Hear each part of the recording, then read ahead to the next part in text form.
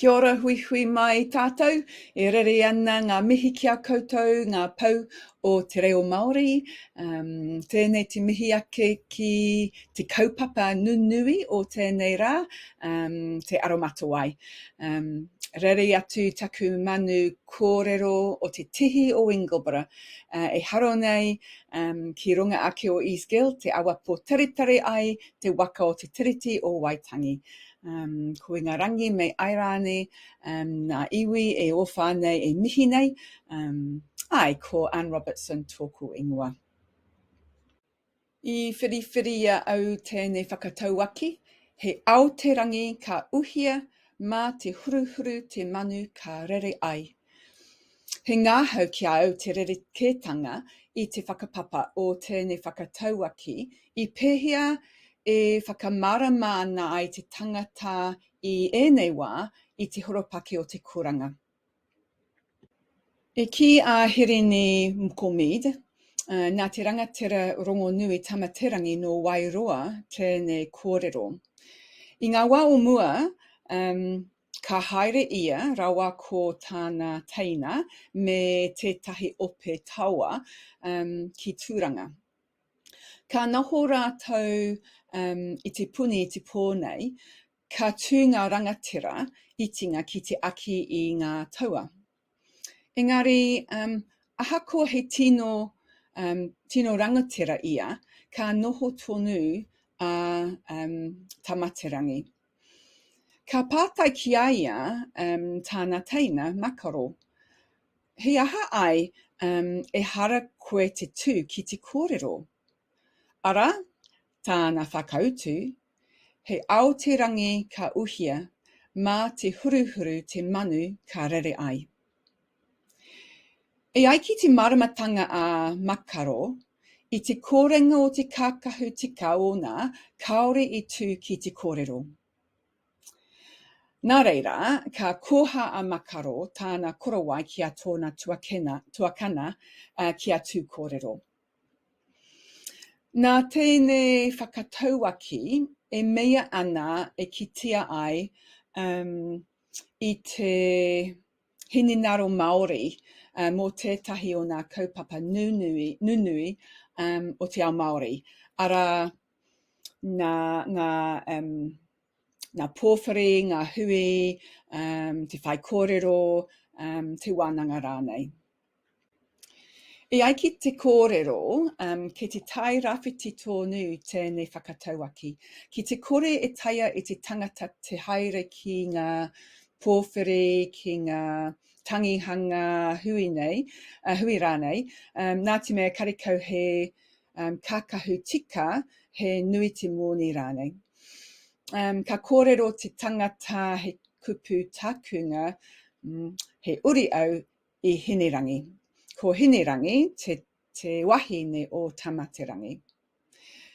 I nei ka mahi tēnei whakataukī ki te kōhete i tētahi tangata kaore e mau ana nā kakahu tika mō tētahi wahi he tauira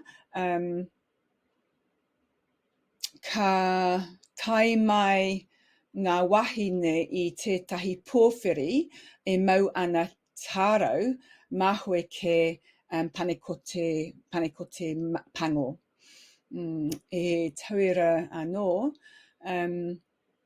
ngā tamariki e tai mai i te kura ki te kura e mau ana ngā kakahu tātahi. Engari, kua rangona e au tētahi whakamārama rereke i te horopaki o te akoranga.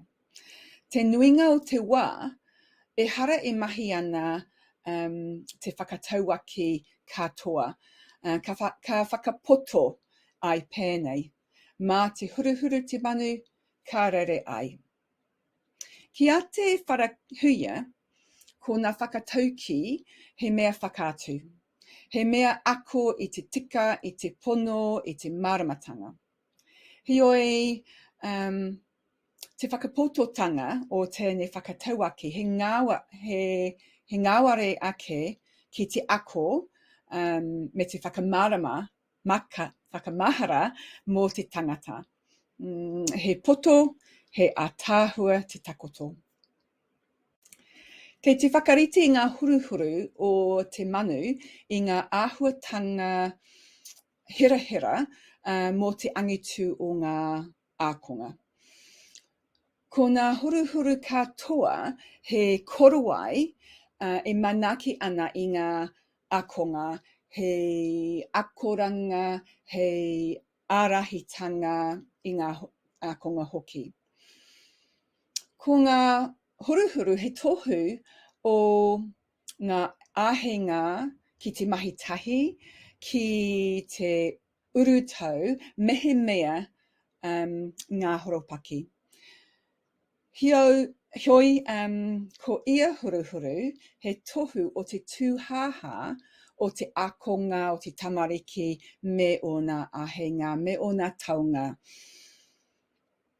Anei, e whainei e tahi whakataukī, te ara pea ka timata nei mai e tahi o ngā kōrero nei, he whakataukī.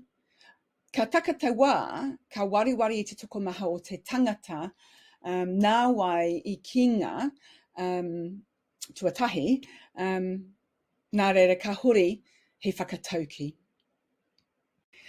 Tētahi whakataukī āhua orite ki runga rā, he te manu kai mero no nā te ngahere, te manu kai mātauranga no nā te ao. E rua e ne whakataukī pā ana i te āhetanga o ngā akonga ki te eke angitu. Pehea tātou ki te whakamana i a tātou tamariki ki te rere. Pehea tātou ki te whakarato i ngā tamariki i ngā āhetanga ki te whiwhi i ana wawata. Me tiaki tātou i a rātou. Me aki i a rātou. Me tuku maia ki a rātou, ki te rapu i a rātou, i o rātou moemoeā. Nā reira, ka whakaerehia ngā kete i ngā paitara o te whare, kia tiki atu anō he roto i te wā. Nei rā hoki te mihi ki a koutou.